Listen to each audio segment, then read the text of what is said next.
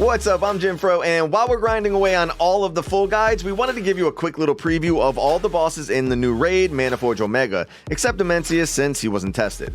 Early access to the full guides start this week on Patreon, so check out the link below if you're interested in that. Alright, so the first boss of the raid is Plexus Sentinel, a giant arcane robot Roomba thing that's in a big hallway separated by arcane walls. Phase 1 is pretty straightforward. You got some circles to drop, some traps to avoid, and a big group soak that if you don't soak, you're dead. Tanks have your typical taunt swap and run when they get this big arcane debuff. This does a ton of damage to the raid, so the tanks need to get it as far away from the raid as possible before it explodes. After a bit of time, the boss will push the raid to the start of the room, open up the next room, and teleport to the far side of the new room. The raid then needs to get to the boss as fast as possible while dodging pools, lasers, orbs, and some unavoidable walls along the way while using your fancy new legendary cloak to bypass some of the traps. Once you get to the boss, you need to keep dodging and avoiding stuff while also breaking his shield as fast as possible before the healing gets too crazy. Once the shield is broken, phase 1 starts again, but every phase 2 the raid gets pushed farther back, so phase 2 gets harder and harder the longer the fight goes on. Not really sure what happens if you run out of room.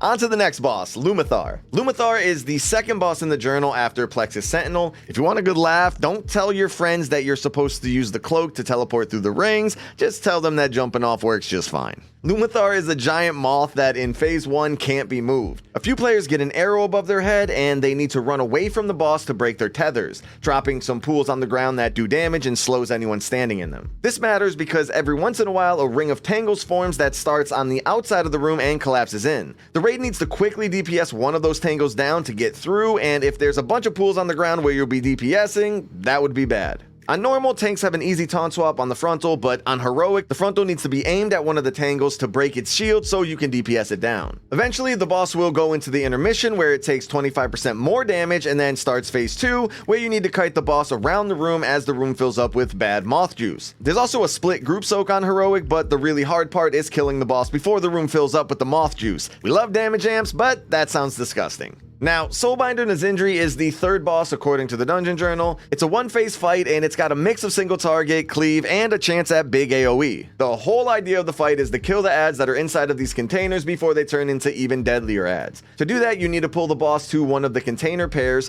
wait for the barriers to go up, and then once a couple of players get these lines, they need to stand behind the barriers because the boss is going to shoot an orb out that does a bunch of damage if you're hit by it, which you don't want to be hit by it, but it also breaks any barrier it touches and causes the ads to take 200% more damage so you can burst them down quickly. Then you drag the boss to another set of canisters and repeat the process. That's pretty much the majority of the fight. There's also a huge knockback, so don't be standing by the edge. There's some orbs to dodge that shoot out from players, and the tanks just taunt swap whenever their stacks drop off. Like, really, that's the whole fight. The official guide will break down what the ads do, where to stand in, any big debuffs and stuff, but that's really the whole fight. The next boss is Forgeweaver Araz. The main idea of this fight is that the boss has these 3 collector shrines around the room that he's charging up during phase 1. You need to slow down the charge by dropping these little ads away from the collectors and blasting the ads down before they get to the collectors. The collectors take no damage until the boss gets to full energy and starts the intermission, where you have to blast all 3 collectors down to start phase 1 again. Once you do the intermission twice, phase 2 starts, where a big black hole is trying to suck you to your death. But if you get to the second phase with everyone alive, it's pretty much GG. Now, there's a few other things going on during the fight, like these discs that shoot out from whichever collector the boss is targeting. There's a giant group soak that spawns an ad that can't be next to the boss for obvious reasons and needs to be killed quickly. In the intermission, there's some ads that need to be picked up by the tanks, and in phase 2, the suck gets stronger and stronger the longer you last, so you need to blast the boss quickly before you get sucked off the edge. Yep, that's the boss. Now let's move on to the 5th boss of the raid, which has everyone confused because it's an optional boss and no one knows what the hell that means. Anyway, the Soul Hunters are 3 Demon Hunters, one for each Demon Hunter spec, and the main goal is to try and kill them around the same time while dealing with all of their Demon Hunter-like mechanics. The fight has 1 phase and 3 intermissions when they get to full energy. In phase 1, there's a ton of random stuff going on, most of which is just your standard council fight stuff that you don't really need in a boss preview video. We'll go over those more in the official guide. But there is a couple unique mechanics that I'd like to go over. You got a few different charges that you need to dodge, but the cool one is the Hunt, which is a line soak that needs to be group soaked to reduce the damage to each player. Fracture is a tank hit that splits the tank's soul into 2, reducing their healing received, and you need 2 other players to collect the souls. If the souls aren't collected before the boss casts Spirit Bomb, you're dead. There's also a tank frontal in the form of I-beam that needs to be pointed away from the raid, and the last thing that's important is these circles that can be soaked to get a stacking debuff that resets when dispelled, but the debuff also lets you soak up the puddles on the ground. Now, the intermissions are where things get kinda cool. The first intermission is where the new Demon Hunter spec jumps to the middle of the room and starts pulling everyone towards him. Anyone who touches the middle is super dead, and a bunch of orbs will spawn around the room that need to be soaked up before they get to the middle.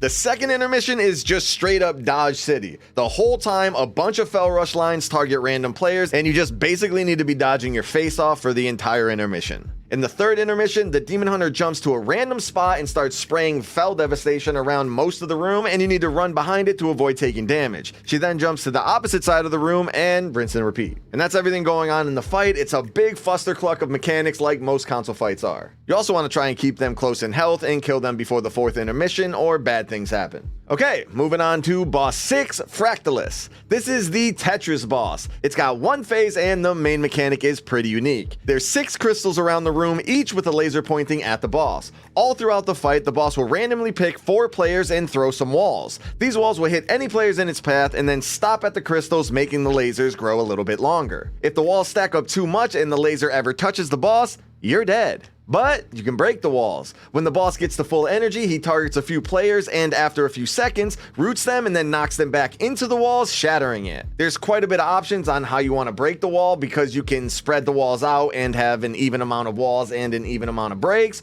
You can also stack several walls purposefully in the same lane, and then several people can get knocked into the same wall clump to break multiple walls in that lane. You can leave lanes open as safety lanes and so on. We all know that in the end there's going to be a weak aura that tells you exactly where to stand, but the idea itself is pretty cool. This is for sure the simple mechanic but big DPS and healing check boss of the raid, and I'm pretty excited for it. For the 7th boss, aka the second to last boss, aka the penultimate boss, we got the Nexus-King Salhadaa. This fight is absolutely bonkers and has everything you'd want in a boss fight. Single target, prio cleave, AoE, damage amps, several platforms, some big group coordination, some stand and bang moments, big tank moments, and big healer moments. Phase 1 is the stand and bang phase. There's a few dodge mechanics going on, but the main mechanic of the phase is that everyone gets stacks of a debuff that need to be removed before the phase ends or you're dead. The way you do that is by getting hit by the tank circle but not the tank frontal. It's a pretty nice twist on a common tank mechanic. Phase 2, you'll be fighting 2 bosses, the Nexus King and the giant void dragon that he's riding. There's some giant circles that need to get away from the raid because they turn into portals that, when the boss does his tank frontal, shoot the frontal through all the portals. Like all of them at the same time. It's crazy. Then it does huge raid damage that's reduced based on how much the tank can mitigate. This shit looks nuts.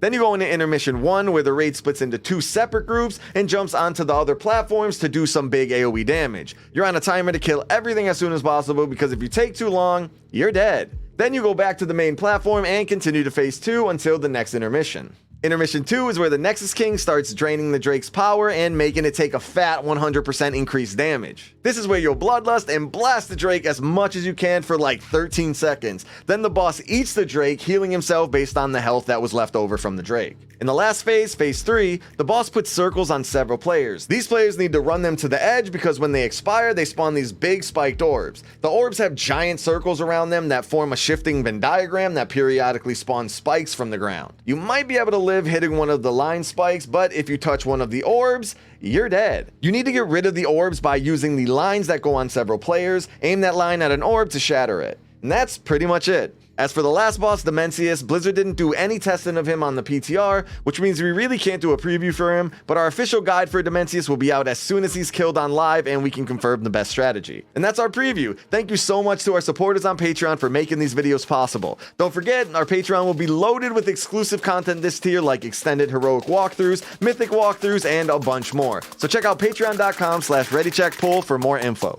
Peace.